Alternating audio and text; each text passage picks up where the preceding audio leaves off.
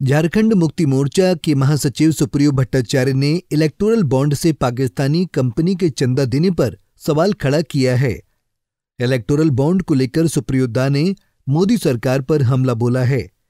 उन्होंने कहा कि जो कंपनियां अपने कर्मचारियों को वेतन नहीं दे पा रहे थे, उन्होंने करोड़ों रुपए चंदे में दिए हैं। सुप्रियो दा ने कहा कि चंदा देने वाले लोगों को सरकारी ठेका दिया गया है। यहां तक कि पाकिस्तान की कंपनी ने भी इलेक्टोरल बॉन्ड के जरिए राजनीतिक दलों को चंदा दिया है। मोदी जी निरुत्तर हो गए। अब तो इस प्रकार से एक्सटॉर्शन का जो डेटा सामने आ रहा है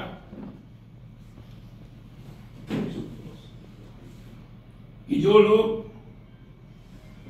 अपने कर्मचारी को पैसा नहीं दे सकते, वो लोग भाजपा को सैकड़ों करोड़ रुपए देते हैं।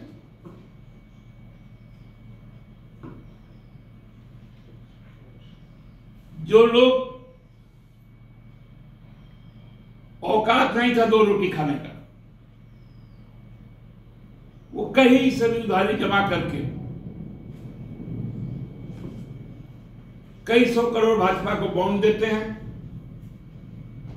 7 दिन के अंदर में उनको 1000 करोड़ का ठेका मिल जाता है।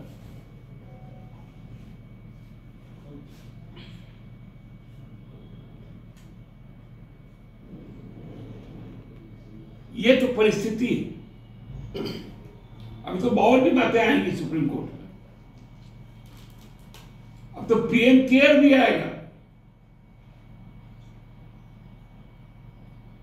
क्योंकि जो सूचनाएं आ रही है इलेक्टोरल बॉन्ड में पाकिस्तान का पैसा है। ये लोग विदेशी ताकत बोलते थे, साबित हो रहा है। पुलवामा का कांड हुआ 3 दिन के बाद वहां से पैसा आ गया,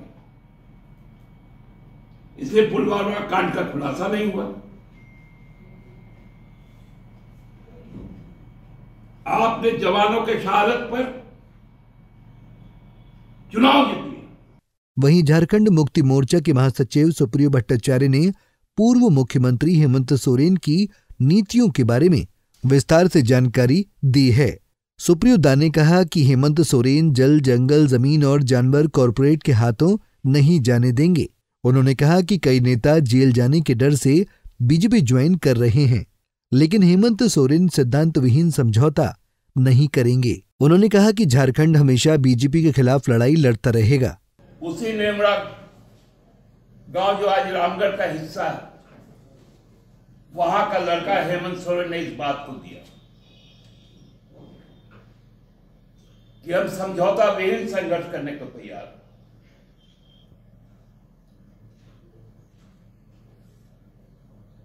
हम भाजपा के साथ समझौता नहीं कर सकते,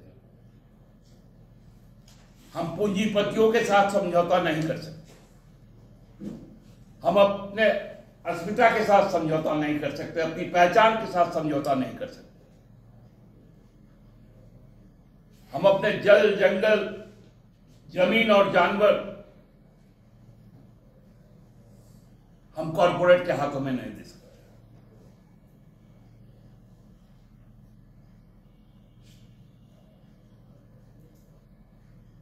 चंपैदा ने भी इस बात को कहा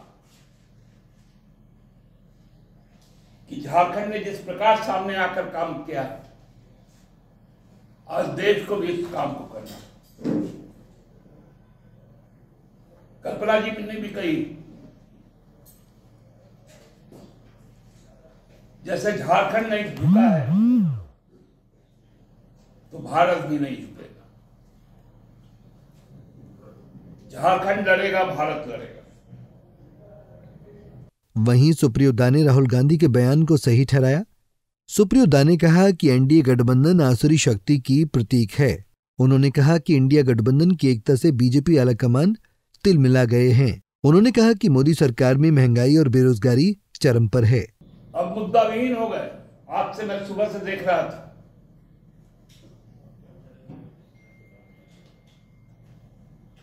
राहुल जी ने जिस आसुरी शक्ति का नाम लिया था,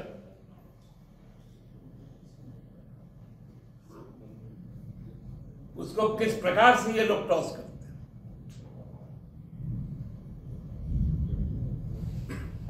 तिलमिला गए हैं लोग। इंडिया के एका से तिलमिला गए, लोगों के महाजुटान से तिलमिला गए। आप यदि उस भीड़ में रहते तो आपको आवाज सुनाई पड़ता।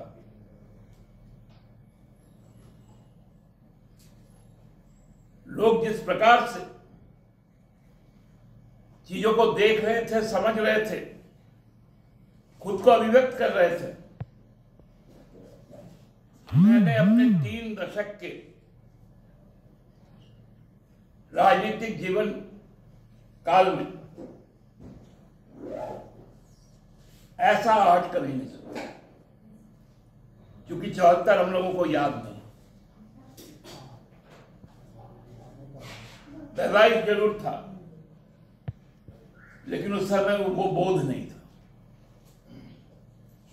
लेकिन हमको लगता है कि वो बोध दोहरा रहा है। तब तो इतना सोशल मीडिया भी नहीं था, इतने चैनल्स भी नहीं थे, इतना अखबार भी नहीं थे। केवल सरकारी प्रसारण संस्था थी, कुछ अखबार थे, उनका भी रीच आउट नहीं था। लेकिन लोगों तक जो संदेश उस वक्त गया था और लोग जिस प्रकार से गोलबंद हुए थे, कल की गोलबंदी किसी पाकिस्तानी कंपनी का इलेक्टोरल बॉन्ड खरीदकर भारत के किसी राजनीतिक दल को चंदा देना बहुत ही गंभीर मामला है। इसलिए सरकार को इस मामले पर अपना पक्ष जरूर रखना चाहिए। पंजाब केसरी टीवी के लिए रांची से आशुतोष सिन्हा की रिपोर्ट। हमसे जुड़े रहने के लिए हमारे YouTube चैनल को सब्सक्राइब करें और नई वीडियो की नोटिफिकेशन के लिए बेल आइकॉन को दबाएं। अगर आप ये वीडियो Facebook पर देख रहे हैं तो लाइक जरूर करें और ज्यादा से ज्यादा शेयर करें। धन्यवाद।